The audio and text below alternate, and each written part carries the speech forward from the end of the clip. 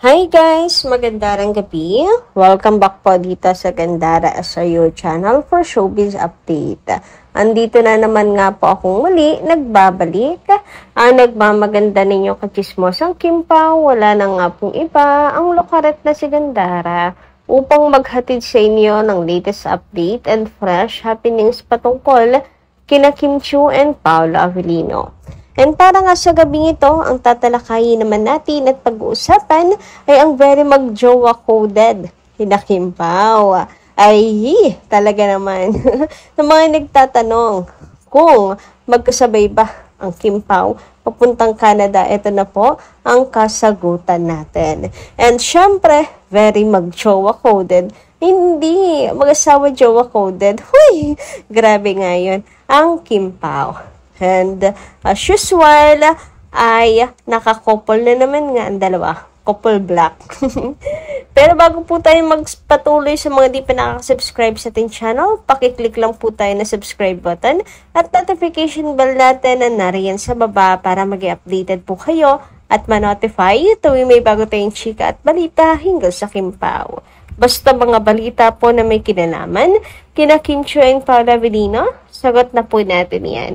And eto na nga, pag-usapan natin ang pagpunta ng Vancouver na nila Kim and Paolo for ASAP. Ayan, another ASAP na naman nga ang atin pong panonoorin. And syempre, ang inaabangan ng lahat ay kung pupunta ba ang Kim Pao kay Aki. Kasi eto tayong malaking chance na makabisita sila kay Aki, lalo na't naging busy si Kim and Paolo lately. Mas maganda makapag-bonding sila ni Aki. So, ayun na nga, bilang kasagutan, yes, magkasabay po sila. Nung nakaraan kasi sa ASAP England, hindi sila sabay eh. Nauna si Kim Chiu, tapos sumunod si Paolo Avellino. Pero this time, magkasama na talaga sila. Magkasabay po sila. Kaya panigurado, magiging masaya po ang mga fans kasi ang dami nagwo-worry dito sa Canada na to kasi nandun daw yung ex ni Kim, kaya dapat daw magkasama po ang Kim Pao. Kaya mag-alala, so nadinig kayo ng management, hindi lang ng management nila Kim and Paolo. Lalo na si Paolo Avellino, hindi niya hinayaan na mangyari yun. Kaya nandyan siya. So, magkaiba man sila ng sasakyan nung dumating. Ayan, magkaiba man po sila ng sasakyan, pero at least sabay silang dumating. Di ba? Na para bang nag-usap yung dalawa. Na para bang nag-a-update ng dalawa at nag-iintayan. Huy, very mag-jowa coded ang peg. Kahit din magkaiba sila ng sasakyan, at least sabay silang dumating. Anyway, credit po pala sa Kim Pao Universe. Ito po ay mula sa kanila na talaga nag-abang po sila doon para abangan sila Kim and Paolo. Para makunan po talaga mismo nila si Kim and Paolo sa pagdating. Nakakatuwa na ayun sakto na magkasabay po ang Kim Pao. Thank you so much Kim Pao Universe. Samantala, narito naman ang ilang komento na ating mga taga-subaybay hinggil sa nagdaan po nating mga balita. Mula po kay Ma'am Edita na doon sa magandang gabi, shoutout po sa inyo.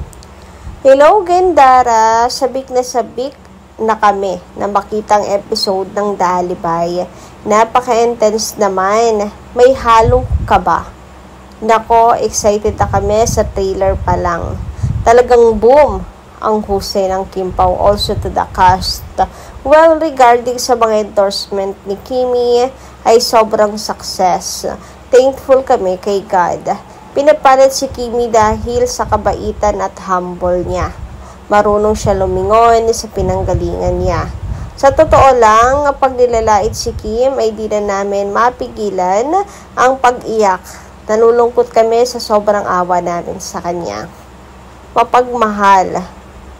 Napamahal na sa amin ang batang yon. Isipin nyo, kung hindi dahil sa kasipagan, hindi umunlad ang pamilya niya. Superhero si Kimi sa mga kapatid niya. Sana naman sa buhay nila ngayon, hindi nila pabayaan si Kim, lalo na si Pao. Mahalin niya ang nag-iisang Kim Chiu sa buhay niya. Sana protektahan at pangalagaan niya We love Kim Pao. Thank you, Gandara, sa mga update mo. Walang anuman, Madam Edith Noy, about po dyan sa pamilya niya, nawa nga po ay nasa kanyang tabi lamang ang mga ito, lalo na kapag pinupulpog po talaga ng bashers si Kim Chiu. Nung mga nakaraan, alam naman natin nandyan yung pamilya niya. Pero nagkaroon kasi ng problema sila ni Ate Lakam and we don't know actually kung okay na ba. Always si, sa Twinkle, yung nakikita natin nakasama niya. Parang silang dalawa yung sanggang dikit ngayon. Ate Lakam, di ko sure kung okay na sila. Pero sana okay. And nandyan sila to protect Kim, to comfort Kim, para maiyakan ni Kim, malapitan. Kasi talagang kawawa si Kim Chiu sa mga bashers na ultimong konting pagkakamali niya, binabantayan talaga siya. About naman po sa The Alibay, sobrang husay po talaga ni Kim Chiu dito. Congratulations! And ayon kay Kimi, binigay niya lahat dito. Ito daw yung masasabi niya na pinakadiri na nagawa niyang role. Samantala, tungkol naman sa mga cast, kay Sofia Andres, grabe, doon sa story ng The Alibay, talagang lahat ata ng pwedeng maging alibay ay may papakita dito. Kung sino ba talaga ang tunay na pumatay. Mga alibis ng mga cast, ganyan. Si Sofia may parang meron silang affair. Ditong si Walter, kaya baka maging suspect din siya. Panigurado kung kani-kanino po itutuon yung investigasyon. Tapos talagang ang pinaka-ididiin po dito ay si Paolo Avellino or si Vincent Cabrera. Hindi natin alam pero mukhang sobrang daming alibis natin na maririnig dito. Sobrang ngayon pa lang hindi na tumigil yung utak ko kakaisip. May trailer na. Ipinakita na kung paano tatakbo ang istorya. Pero hindi pa rin tumigil yung isip ko. Kakaisip talaga. Ganyan po ang iniwan ng trailer ng The Alibay. Kaya sinong hindi may excite at gustong hilahin ang November 7, ngayon pa lang talaga. Bugbog na yung mga utak kakaisip at sa mga tourists and all. Kaya excited ang lahat na mapanood na itong The Alibay. Kudos to all the cast and of course kina Kim and Paolo. Samantala, ayun naman dito kay Ma'am Vivian Caraig, maganda ring gabi, shout out. Teaser pa lang ng The Alibay, sobrang ganda. Excited batch na po kaming lahat. Sure, hakot awards pa more. Galing talaga. Power. Ganyan ka-matured ang roles, ang gusto naming lahat po. Thanks sa mga directors, producers. Galing mag-alaga ng ABS-CBN. Love na love ang Kim Pao. Mga staff and crews, etc.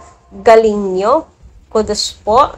God bless everyone. Pa-shoutout naman po please. Thanks po. So ayan, para Ma'am Vivian Caraig. Tunay na napakaganda and napaka-matured na ng role talaga ng Kim Pao. They are ready na talaga makipagsabayan ng mga veterano aktor noon pa man. Pero eto dito sa The Alibay, mas napatunayan talaga yung husay nila. Hindi mo mako-question kung bakit talagang sila po ay mukha ng ABS-CBN, si Paolo at saka si Kim. Bakit A-listers po yan na actors ng ABS-CBN. Hindi lang sa sobrang dami ng fandom nila, kundi dahil sa husay talaga nilang umarte. Sa husay nila bilang artista.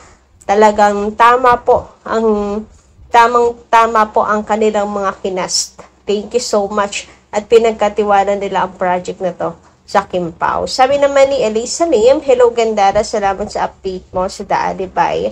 Ang Kim Pao, wala akong masabi sa ganda ng The Alibay. And I can't wait to watch it na. Yes, this surely will be a big hit series for Kim Pao. It is different from the others and has a very nice story about love and mystery. Congrats, Kim Pao and Dreamscape. Another big hit. So, yun lang po muna nating update. Maraming salamat po guys sa inyong pakikinig. Kita-kits po muli sa susunod nating chikas. Maraming pong salamat.